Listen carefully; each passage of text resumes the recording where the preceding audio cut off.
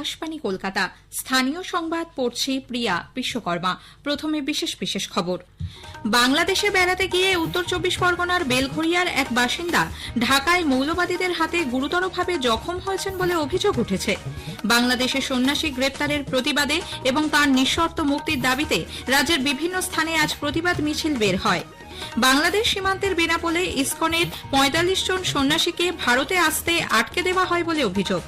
দেশের বিভিন্ন রাজ্যের নিরাপত্তাজনিত সমস্যা নিয়ে পুলিশের আইজি ও ডিআইজিদের সম্মেলনে আজও গুরুত্বপূর্ণ আলোচনা হয়েছে।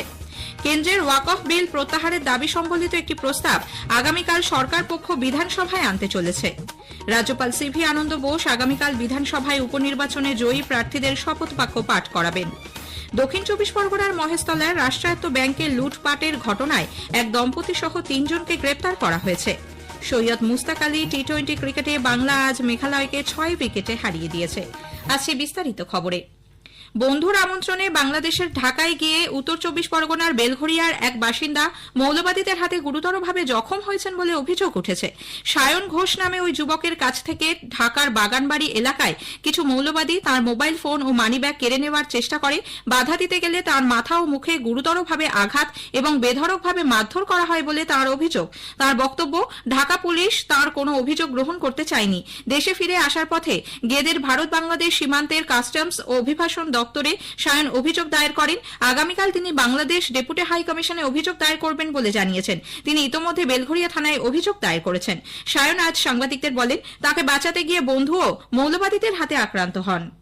সংখ্যালঘুদের কোনো রকম সুরক্ষা তো আমি দেখলাম না, ঢাকাতে বলুন বা বাংলাদেশে বলুন, প্রশাসনের তরফ থেকে কোনো রকম সাহায্য সংখ্যালঘুদের আমি দেখছি। আপনারা আমাকে দেখে তো বুঝতে পারছেন কি অবস্থা হতে পারে। কেন্দ্রীয় প্রতিমন্ত্রী ও বিজেপির রাজ্য সভাপতি সুকান্ত মজুমদার বিদেশ মন্ত্রকের কাছে বিষয়টি উত্থাপন করবেন বলে জানিয়েছেন। কাছে ভ্যালিড বাংলাদেশি ভিসা আছে এবং ভারতীয় পাসপোর্ট আছে, তার উপরে আক্রমণ হওয়া মানে কিন্তু এটা ভারতের উপরে আক্রমণ। এই ধরনের ঘটনা, এই বিষয়টি আমি এক্সটার্নাল অ্যাফেয়ার্স মিনিস্ট্রিতে জানাবো এবং এক্সটার্নাল অ্যাফেয়ার্স মিনিস্ট্রি থেকে যেন কড়া ব্যবস্থা নেওয়া হয় বাংলাদেশের সরকারকে, সেই জন্য আমি অনুরোধ করব। প্রদেশ কংগ্রেস বাংলাদেশ পরিস্থিতি নিয়ে গভীর উদ্বেগ প্রকাশ করেছে। প্রদেশ কংগ্রেস সভাপতি শুভঙ্কর সরকার বলেছেন, অন্য দেশে সংখ্যালঘু সম্প্রদায়ের ওপর আক্রমণ ও অন্যায় হলে বিদেশ নীতির একটা গুরুত্বপূর্ণ ভূমিকা থেকে যায়।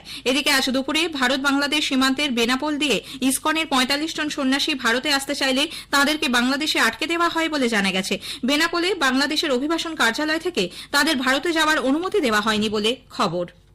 বাংলাদেশে ইসকনের প্রাক্তন সদস্য সন্ন্যাসী চিন্ময় কৃষ্ণ দাসের গ্রেপ্তারির প্রতিবাদে এবং তার নিঃশর্ত মুক্তির দাবিতে আজ রাজ্যের বিভিন্ন স্থানে প্রতিবাদ মিছিলের আয়োজন করা হয়। পশ্চিম বর্ধমানের আসানসোলে বঙ্গীয় হিন্দু জাগরণ সহ একাধিক সংগঠন বিক্ষোভ মিছিলে যোগ দেয়। বার্নপুরে ত্রিবেণী মোড় থেকে শুরু হয়ে আসানসোলের চিত্রা মোড় পর্যন্ত এই মিছিলে অন্যান্য সংখ্যালঘু সম্প্রদায়ের মানুষের ওপর নিপীড়ন নিয়েও প্রতিবাদ জানানো হয়। অংশ নেন আসানসোল দক্ষিণের বিধায়ক অগ্নিমিত্রা পাল, বিজেপির সাংগঠনিক জেলা সভাপতি বাপ্পাদিত্য চট্টোপাধ্যায় প্রমুখ। এদিকে শিলিগুড়ি ইসকনের তরফে আজ এই ঘটনার প্রতিবাদে নাম সংকীর্তনের আয়োজন করা হয়। শান্তি কামনায় সাধু ব্রহ্মচারী ছাড়াও সাধারণ ভক্তবৃন্দ এতে সামিল হন। প্রধানমন্ত্রী নরেন্দ্র মোদী দেশের বিভিন্ন রাজ্যে নিরাপত্তাজনিত বিষয় নিয়ে পুলিশের আইজি ও ডিআইজিদের ভুবনেশ্বর সম্মেলনে আলোচনা করেছেন। আজ ছিল এই সম্মেলনের শেষ দিন। মূলত সাইবার অপরাধ, উপকূল সুরক্ষা এবং মাওবাদী উগ্রপন্থা মোকাবিলার বিষয় নিয়ে আলোচনা হয়। কেন্দ্রীয় স্বরাষ্ট্রমন্ত্রী অমিত শাহ, স্বরাষ্ট্র সচিব গোবিন্দ মোহন, জাতীয় নিরাপত্তা উপদেষ্টা অজিত দোভাল উপস্থিত ছিলেন। কৃত্রিম বুদ্ধিমত্তা, ড্রোন সহ প্রযুক্তির অগ্রগতির সঙ্গে জাতীয় নিরাপত্তার সামনে যে চ্যালেঞ্জ দেখা দিয়েছে তার মোকাবিলায় নির্দিষ্ট নীতি ও কৌশল নিয়ে এই সম্মেলনে আলোচনা হয়েছে। কেন্দ্রীয় সরকারের ওয়াকফ বিল প্রত্যাহারের দাবি জানিয়ে তার উপর আলোচনার জন্য সরকার পক্ষ বিধানসভায় একটি প্রস্তাব আনতে চলেছে। দুদিন বিরতির পর আগামীকাল অধিবেশনের দ্বিতীয়ার্ধে 169 ধারায় এই প্রস্তাবটি উত্থাপন করবেন পরিষদীয় মন্ত্রী শোভনদেব চট্টোপাধ্যায়। প্রস্তাবের ওপরে একটানা দুদিন মোট 3 ঘণ্টা আলোচনার কার্যসূচি রয়েছে। রাজ্যের 6 বিধানসভা কেন্দ্রের উপনির্বাচনে জয়ী প্রার্থীরা আগামীকাল শপথ নেবেন। রাজ্যপাল সিভি আনন্দ বোস নিজে বিধানসভায় উপস্থিত থেকে তাঁদের শপথ বাক্য পাঠ করাবেন। রাজ্যপালের সচিবালয়ের তরফে বিধানসভার অধ্যক্ষকে চিঠি দিয়ে এই কথা জানানো হয়েছে। উল্লেখ্য, এর আগে উপনির্বাচনে জয়ী প্রার্থী সায়ন্তিকা বন্দ্যোপাধ্যায় এবং ভগবান গোলার রেয়াত হোসেনের শপথ গ্রহণ নিয়ে রাজভবন ও বিধানসভার মধ্যে টানাপোড়েন তৈরি হয়েছিল। পরে অধ্যক্ষ বিমান বন্দ্যোপাধ্যায় নিজেই তাঁদের শপথ বাক্য পাঠ করান। নারী ও শিশু নির্যাতন রোধে রাজ্য বিধানসভায় পাশ হওয়া অপরাজিতা বিলকে দ্রুত আইনে পরিণত করার দাবিতে আজ কোচবিহার শহরের বিশ্ব সিংহ রোডে অবস্থান বিক্ষোভে সামিল হয় তৃণমূল মহিলা কংগ্রেস। মহিলা তৃণমূল কংগ্রেসের জেলা সভানেত্রী সুচিস্মিতা দত্ত শর্মা বলেন, রাষ্ট্রপতির স্বাক্ষরের জন্য এই বিল আটকে রয়েছে। এ ব্যাপারে কেন্দ্রীয় সরকারের দ্রুত পদক্ষেপ গ্রহণের দাবি জানান তিনি। ক্ষুদ্র, ছোট ও মাঝারি শিল্প, কৃষি, পঞ্চায়েত সহ 8টি দপ্তরের পরিষেবা দিতে রাজ্য সরকার আগামীকাল থেকে শিল্পের সমাধানে শীর্ষক বিশেষ শিবিরের আয়োজন করতে চলেছে। প্রতিটি জেলা ও ব্লক স্তরে আয়োজিত 19 দিনের এই শিবিরে শিল্পোদ্যোগীরা ঋণ এবং দক্ষতা উন্নয়ন কর্মসূচির সুযোগ গ্রহণের জন্য আবেদন জানাতে পারবেন। স্টুডেন্ট ক্রেডিট কার্ডের আবেদনপত্র জমা নেওয়া ছাড়াও জেলা স্তরে জমি, দূষণ, অগ্নি সুরক্ষা সংক্রান্ত ক্ষেত্রে আটকে থাকা বিষয়গুলিরও নিষ্পত্তি করা হবে বলে রাজ্য সরকারের তরফে এক বিবৃতিতে জানানো হয়েছে। স্থানীয় সংবাদ শুনছেন আকাশবাণী কলকাতা কেন্দ্র থেকে।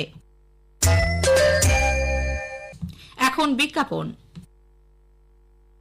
আলু চাষে সুস্থ সবল গাছ পেতে পাতার যত্ন নিন বায়ারের এন্ট্রাকল দিয়ে। এর আয়নিত জিঙ্ক পাতাকে রাখে সবুজ। প্রথম 5 সপ্তাহ এন্ট্রাকল 2 বার প্রয়োগ করুন, কেননা স্বাস্থ্যকর পাতায় ভালো ফলনের হাতিয়ার। ফিরে আসছি স্থানীয় সংবাদে। দক্ষিণ 24 পরগনার মহেশতলায় একটি রাষ্ট্রায়ত্ত ব্যাংকে গত সোমবারের লুঠের ঘটনায় এক দম্পতি সহ 3 জনকে উলুবেড়িয়া ও উস্তি থেকে গ্রেপ্তার করা হয়েছে। উদ্ধার করা হয়েছে প্রায় 3 কোটি টাকার সোনা ও 63 লক্ষ টাকা নগদ। মূল অভিযুক্ত প্রাক্তন ব্যাংককর্মী আরিফ হোসেন তার স্ত্রী ও ভাইকে সঙ্গে নিয়ে এই সোনা ও টাকা লুট করে বলে জানা গেছে।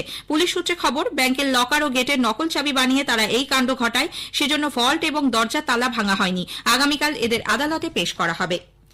দক্ষিণ কলকাতার বাঁশদ্রোণীর ব্রহ্মপুরে আজ সকালে বৃদ্ধ বাবাকে ছেলের হাত থেকে বাঁচাতে গিয়ে এক অফিসার সহ কয়েকজন পুলিশ কর্মী জখম হয়েছেন। ছেলে রুদ্রনারায়ণ ভট্টাচার্য, বাবা শম্ভুনারায়ণ ভট্টাচার্য এবং পুলিশ কর্মীদের উপর ধারালো অস্ত্র নিয়ে চড়াও হয়, তাদের মারধর ও কোপানোর চেষ্টা করে। পুলিশ বৃদ্ধের ছেলেকে গ্রেপ্তার করেছে, বাবাকে হাসপাতালে পাঠানো হয়েছে। কলকাতার নর্থ পোর্ট থানা এলাকার স্ট্র্যান্ড ব্যাংক রোডে বেশ কয়েকটি অস্থায়ী দোকান আগুনে পুড়ে গেছে। দমকলে 6টি ইঞ্জিন ঘণ্টা দেড়েকের চেষ্টায় আগুন আয়ত্তে আনে, হতাহতের কোনো খবর নেই।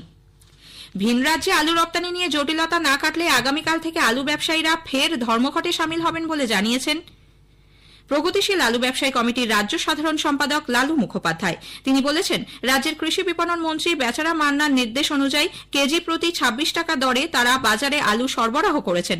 অথচ গত 3-4 দিন ধরে রাজ্যের সীমান্তবর্তী এলাকায় আলুর ট্রাক আটকে দিচ্ছে পুলিশ। পরিস্থিতি বিবেচনা করে রাজ্য সরকার সদর্থক কোনো পদক্ষেপ না করলে আগামীকাল রাত থেকে তারা ধর্মঘটের পথে হাঁটবেন বলে তিনি জানিয়েছেন। মুর্শিদাবাদের রঘুনাথগঞ্জ 2 নম্বর ব্লকের মিঠিপুরে টাকা দেওয়ার পরেও আবাস যোজনার তালিকায় নাম না থাকায় প্রতিরোধের জেরে মারধরে এক ব্যক্তির মৃত্যুর ঘটনায় পুলিশ অভিযুক্ত মিঠুন শেখকে গ্রেপ্তার করেছে। তার বিরুদ্ধে রুজু হয়েছে খুনের মামলা। পূর্ব বর্ধমানের শক্তিগড়ের আমরায় গতরাতে জাতীয় সড়কে এক দুর্ঘটনায় মৃত যুবকের দেহ নিয়ে স্থানীয় বাসিন্দারা আজ বিক্ষোভ দেখান এবং জাতীয় সড়ক অবরোধ করেন। এর ফলে সেখানে যানজটের সৃষ্টি হয়। স্থানীয়দের অভিযোগ, 19 নম্বর জাতীয় সড়কের আমরা মোড়ে বারংবার দুর্ঘটনা এবং মৃত্যু হলেও আন্ডারপাস তৈরির দাবি পূরণ হয়নি। শক্তিগড় থানার পুলিশ ঘটনাস্থলে পৌঁছে আন্ডারপাস নিয়ে স্থানীয়দের আশ্বস্ত করলে অবরোধ উঠে যায়। পুরুলিয়ার কোটশিলা ডাবল লাইনের কাজের ফলে যাতায়াতের রাস্তা হারিয়ে যাওয়ায় আজ দফায় দফায় বিক্ষোভ দেখান এলাকাবাসী। তাদের দাবি, ডাবল লাইনের দুপাশে 2টি আন্ডারপাসের কাজ চলছে, কিন্তু ওই এলাকা দিয়ে তার সংযোগকারী রাস্তা তৈরি হয়নি। দক্ষিণবঙ্গের কয়েকটি জেলায় বৃষ্টির পূর্বাভাস দিয়েছেন আবহাওয়া দপ্তরের পূর্বাঞ্চলীয় উপমহানির্দেশক ড সোমনাথ দত্ত। জানিয়েছেন, পরের কয়েকদিন আবহাওয়া শুকনো থাকবে। ঝাড়গ্রাম, ইস্ট এবং ওয়েস্ট মেদিনীপুর এবং দক্ষিণ 24 পরগনা এই জেলাগুলিতে 2-1 জায়গাতে বিক্ষিপ্তভাবে হালকা থেকে মাঝারি বৃষ্টিপাত হওয়ার সম্ভাবনা আছে এবং বাকি জেলাগুলি শুষ্ক আবহাওয়া।